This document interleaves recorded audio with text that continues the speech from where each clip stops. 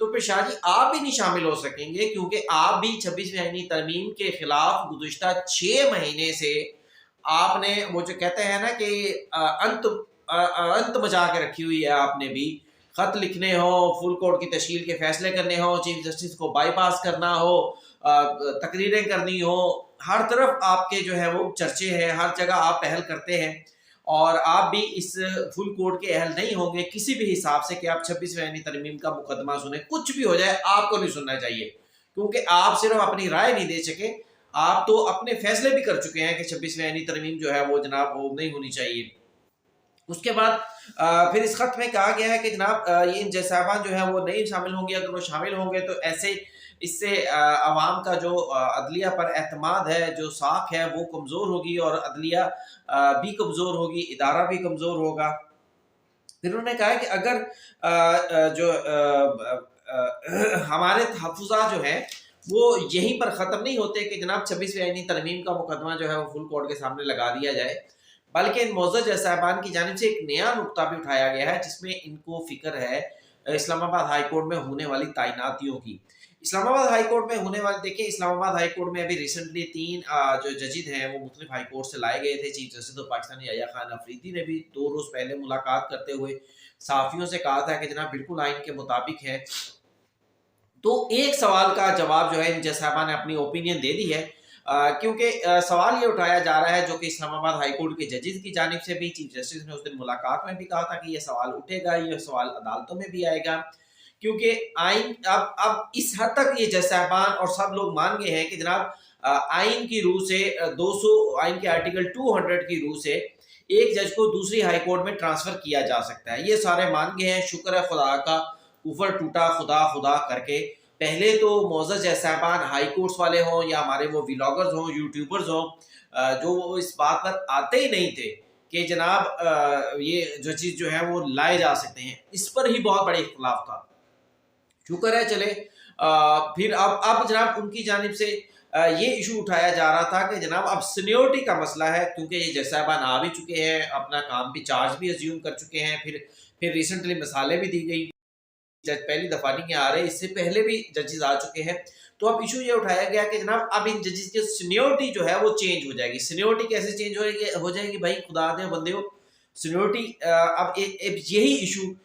Justice منصور Ali Shah, justice عائشہ، justice منیب اور justice اطہر Manila نے بھی اٹھایا ہے۔ اس سے نیکسس بھی ملتا ہے کہ وہ جو 6 ججز کے حوالے سے ایک ہواؤں میں یہ بات چل رہی ہے کہ شاید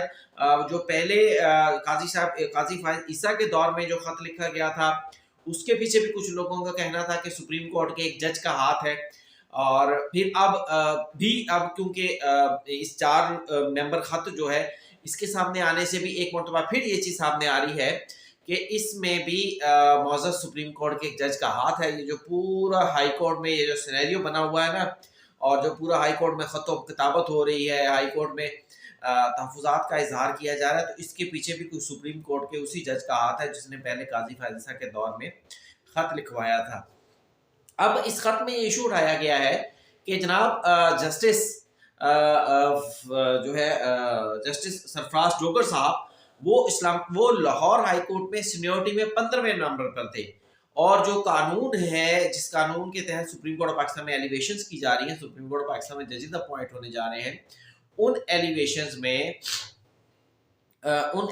میں جو ہے یہ قانون کے مطابق یہ کنسیڈر کیا گیا ہے کہ ہر ہائی کورٹ سے پہلے 5 ججز کو ہی سپریم کورٹ آف پاکستان میں لانے کے لیے غور کیا جائے گا۔ اب ان کا کہنا یہ ہے کیونکہ جسٹس سرفراز ڈوگر صاحب کو اسلام آباد ہائی کورٹ سے 15 نمبر سے لا کر انہیں یہاں پر سینئر پیونی جج بنا دیا گیا ہے، تو اب جسٹس سرفراز ڈوگر صاحب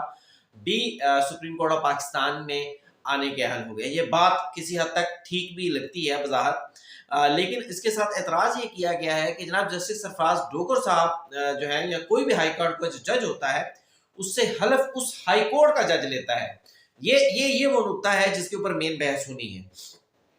تو یہاں پر ان سے اسلام آباد ہائی کورٹ کے جج نے حلف نہیں لیا، اور ان کی سینیورٹی جو ہے وہ دوسرا نقطہ یہ اٹھایا گیا کہ ان کی سینیورٹی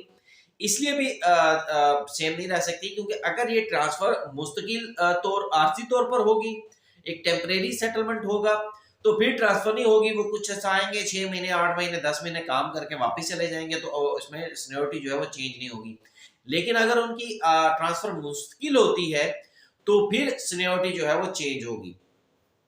اب اس میں ایشو یہ اٹھایا گیا ہے کہ جناب کیونکہ اب سرفراز ڈوگر صاحب یہاں پر آنے سے ان ججز نے اپنا لنک کس طرح جوڑا ہے کہ وہ کیوں انہیں اسلام آباد ہائی کورٹ میں ہونے والی ٹرانسفرز کا پر تشویش کا اظہار ہے. انہوں نے کہا ہے کہ جناب ہمیں تشویش کا اظہار اس لیے ہے کیونکہ اب سرفراز ڈوگر صاحب کے سپریم کورٹ آف پاکستان میں آنے کے بھی وہ اہل ہو گئے ہیں. حالانکہ سب کو معلوم ہے کہ بات یہ نہیں ہے، قصہ کچھ اور ہے.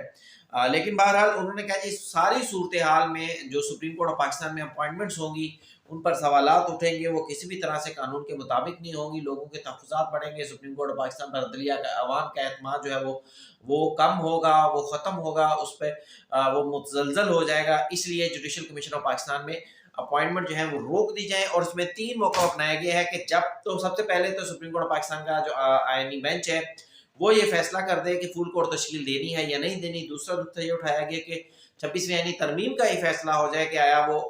برقرار رہتی ہے یا نہیں رہتی. اور تیسرا نقطہ اس میں یہ اٹھایا گیا ہے کہ جب تک اسلام آباد ہائی کورٹ کے ججز کی سینیورٹی کا معاملہ طے نہیں ہو جائے تب تک جو ہے وہ درخواست یہ اپوائنٹمنٹس نہیں ہونی چاہیے. اب اسلام آباد ہائی کورٹ کے ججز کی سینیورٹی کا معاملہ ابھی تک میری معلومات کے مطابق سپریم کورٹ آف پاکستان سے ایسی کوئی خبر سامنے نہیں آئی. ہاں اگر کوئی ایسی درخواست آئی بھی ہے تو وہ خبر سامنے نہیں آئی. تو اگر ان معزز صاحبان کے پاس کوئی ایسی خبر ہے یا ان کو مستقبل کا علم ہے کہ سپریم کورٹ آف پاکستان میں کوئی ایسی درخواست آ رہی ہے تو پھر میں کچھ نہیں کہہ سکتا. پھر اللہ جانے کہ جناب پھر وہ باتیں ہوتی ہیں کہ جناب سپریم کورٹ آف پاکستان کا ایک جج صاحبان ہے جو ہائی کورٹ کے ججز کو مشورے دیتے ہیں کہ آپ یہ کریں، آپ یہ کریں. بہرحال اب اس خط کے بعد جو سینیریو بننے جا رہا ہے، جو میری مختلف لوگوں سے بات ہوئی ہے ان کا کہنا یہی ہے کہ ان 4 ججز نے یہ خط لکھ کر ایک بہت بڑی غلطی کر دی ہے. غلطی کیا کر دی ہے کہ اب یہ لوگ نہ